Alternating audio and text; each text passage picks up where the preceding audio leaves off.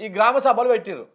నాకు తెలిసి నిజంగా కూడా ఈ స్వతంత్ర భారతంలో ఇన్నేళ్ల చరిత్రల ఒక గ్రామ సభకు ఇంతమంది పోలీసోళ్ళను పెట్టేసి ఆ గ్రామ సభ నిర్వహించినటువంటి సందర్భాలు లేకుండొచ్చు.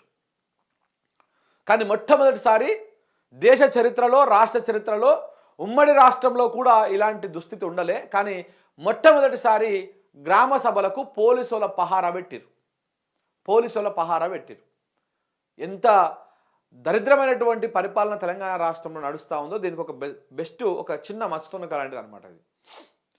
ఇప్పుడు పోలీసులు లేనటువంటి గ్రామ సభలు తెలంగాణ రాష్ట్రంలో ఎక్కడ కూడా లేవు. అలా జరుగుతూ ఉందన్నమాట. రేవంత్ రెడ్డి గారు ఏం చెప్పారు?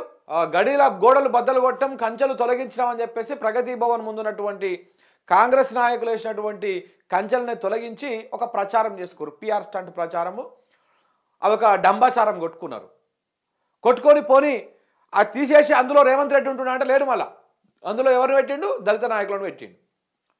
ఒకవైపేమో బట్టి విక్రమార్కని, ఒకవైపేమో సీతక్కని పెట్టేసిండు. ఆయన పోలే మరి అల్లకు. ఎందుకంటే ఆయన పోతే భద్రత ఉండాలి. ఎందుకంటే ఆయన పటేల్ కదా, మన అమరాబాద్ అడవులలో పుట్టినటువంటి పులి కదా అది. మరి ఆ పులికి భద్రత ఉండాలి. లేకపోతే ఆ పులిని ఎవడని వచ్చి మరి ఏం చేస్తాడో, మరి ఎందుకంత భయం అవుతుందో తెలియదు. కానీ ఆయన ఉండలేదు మరి అల్లా. ఆ కంచెలు తొలగించిండు, అవన్నీ తొలగించినప్పుడు మరి ముఖ్యమంత్రి గారే ఉండాలి కదా, రాష్ట్ర నాయకుడే పాలకుడే పోయి అందులో ఉండి ప్రజలకు అందుబాటులో ఉండాలి కదా, రోజు ప్రజలతోటి మమేకం అవ్వాలి కదా, కలవాలి కదా. లేదు. ఇక్కడనేమో దళిత నాయకులను పంపించేసిండు. అందులో బట్టి విక్రమార్కని, సురేఖని, ఎవరిని మన సీతక్కని పంపించారు, అనసూయని. దరసరి అనసూయ, బట్టి విక్రమార్క ఇద్దరు ఉన్నారు ఇందులో. ఈయన పోయి ఏడ ఉంటున్నాడు? ఈయన పోయి తన రాజభవనంలో, తన ఎస్టేట్లో, ప్యాలెస్లో ఈయన పరిపాలన చేస్తూ ఉన్నాడు. గడీల పాలన అని చెప్పి అధికారంలోకి వచ్చినటువంటి రేవంత్ రెడ్డి ఇప్పుడు ఆయన రాష్ట్రానికి ప్యాలెస్ పాలన చేస్తూ ఉన్నాడు, ఎస్టేట్ పాలన అందిస్తూ ఉన్నాడు. ఇప్పుడు మీరు ఆ పెద్దమ్మ గుడి వెనకాల, ఈ పెద్దమ్మ గుడి వెనకాల ఉంటుంది ఇల్లు. ఈ పెద్దమ్మ గుడి వెనకాల చూడండి, ఇల్లు ఈడ ఉందనుకో రేవంత్ రెడ్డిది. ఇటు 1 కిలోమీటర్ మేర, ఇటు 1 కిలోమీటర్ మేర, ఇటో కిలోమీటర్ మేర, ఇటో కిలోమీటర్ మేర, ఇటో కిలోమీటర్ మేర, మొత్తం పోలీస్ పహారనే. దాదాపు ఒక 200 మంది పోలీసోళ్ళు ఆయనకు కాపలా కాస్తూ ఉంటారు ఆయన ఇంటి చుట్టుముట్టు.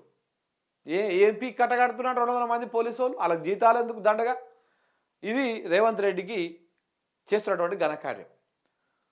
200 మంది పోలీసులను మొత్తం ఇంటికి ఎటు 1 కిలోమీటర్ పొడవున పహారా పెట్టుకొని ఈ రకంగా నడిపిస్తూ ఉన్నాడు అన్నమాట.